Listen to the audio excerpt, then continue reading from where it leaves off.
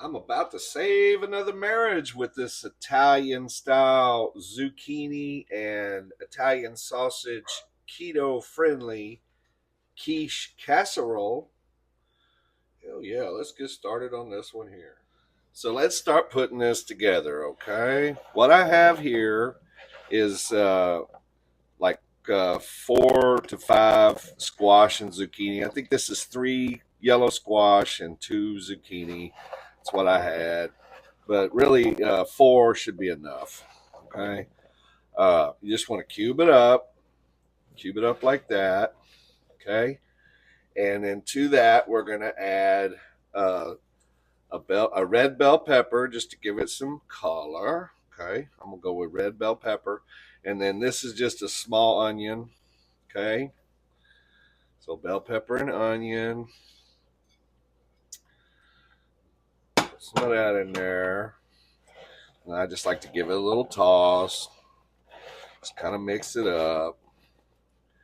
And then I'm going to add some fried garlic to it. You could add fresh garlic. I'm just lazy. I don't want to. I'm just going to add some of this fried garlic just to give it some garlickiness. Okay. And then this is 1 pound of Italian sausage that I browned. Okay. I'm going to add a pound of Italian sausage to it. Kind of sticky together because it's been in the refrigerator. I was going to do this yesterday, but okay. So again, I'm going to give it a little toss. Just kind of get everything a little bit mixed. Okay. And then I think I'm going to add my seasoning next before we add the cheese. So the seasonings, I'm just going to add some red pepper flakes, give it a little spice. You don't have to add that. I just want mine to have a little bit of a kick to it. So I'm adding some of that. I'm going to add some little basil to it. Add some basil. This is just to give it a little Italian-y flavor. Some basil in it. Got some Italian seasoning here. I'm going to add some Italian seasoning. However much you want. Okay.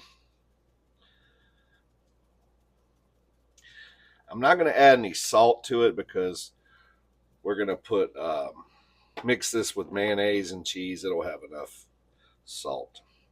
And let's put some oregano too. Okay. Some oregano in there. And then I'm going to toss this around.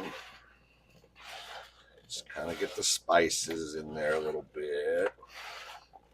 Ooh, I should have got a bigger bowl. Yeah, actually, before I add the cheese, I'm going to move this to a bigger bowl. Okay, we got a bigger bowl now. Last time I made this, I added 8 ounces of cheese. It was cheesy, it was good, but I'm a cheese freak. I want it more cheesy, so I'm gonna add 16 ounces this time. But I just have a Italian 5 cheese blend here. You can use this stuff, or you can grate your own. If I can get the damn bag open, shit. Oh, the bag don't want to open. What the hell, girl? All right, hold on. All right, shit. Since I'm going to use all of this, I just cut it with a knife. Took out my frustrations on it. Okay, so there's 8 ounces. And I'm going to add another 8 for a total of 16 ounces. Break it up. And of course, just toss it, mix it well. Okay. So everything's mixed together. This is probably going to be too big for my damn casserole dish. I don't think it. I don't know, girl. Anyway, okay. So now I'm going to move it to a casserole dish, and then we'll make our egg mixture that goes on top. Okay, isn't that pretty and stuff? All right, now, so to make our bonding mixture that we're going to pour in here, which is eggs, mayonnaise, and evaporated milk. So I got about 1.5 to 2 cups. I'm using 2 cups of mayonnaise because I like a lot of mayonnaise flavor. And 1 12-ounce can of evaporated milk. And to that, you're going to add 6 eggs. Okay. And you're just going to, I'm using Hellman's mayonnaise, by the way. I think it's the best, but you use what you want. And you're just going to mix this together until it's completely blended, okay? Work it, work it, work it. All right, now that we got our mixture blended, you want to carefully pour it into your casserole dish evenly as possible. Try not to let it run over the edge. Okay. I like to kind of pour a majority just kind of in the middle because it's going to run where it needs to go. Just kind of make sure you get it evenly in there.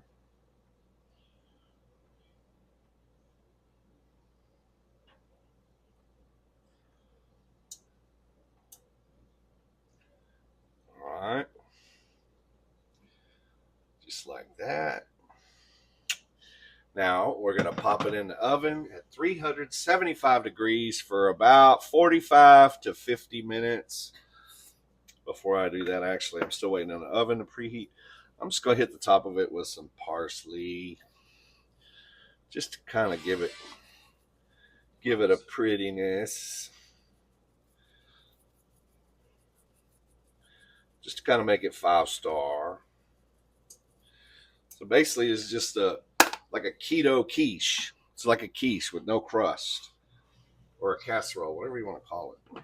Anyway, we'll pop it in the oven when it gets preheated, 375 for 45 minutes at least. And there it is. Now, I had to cook this like an hour and 20 minutes. I guess because it's so thick, 45 minutes isn't going to be long enough. It was still wet in the middle. You got to make sure the egg sets and it's firm in the middle. So it actually took an hour and 20 minutes because it's so thick. But there it is. We're going to let it cool off and give it a taste. We'll see what we got. All right, so here it is. That's what it should look like. It should hold together nicely. Okay. Now let's give it a taste. Let's see what we got.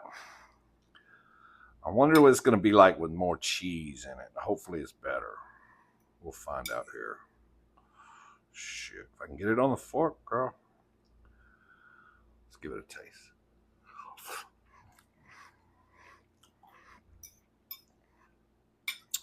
Oh, yeah, girl. Oh, yeah.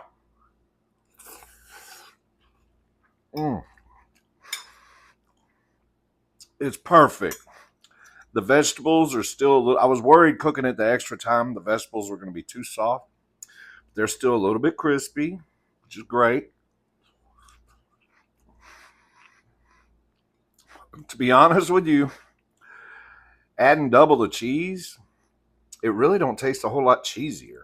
I probably could have just got away with that one package, but it's in there now. Shit.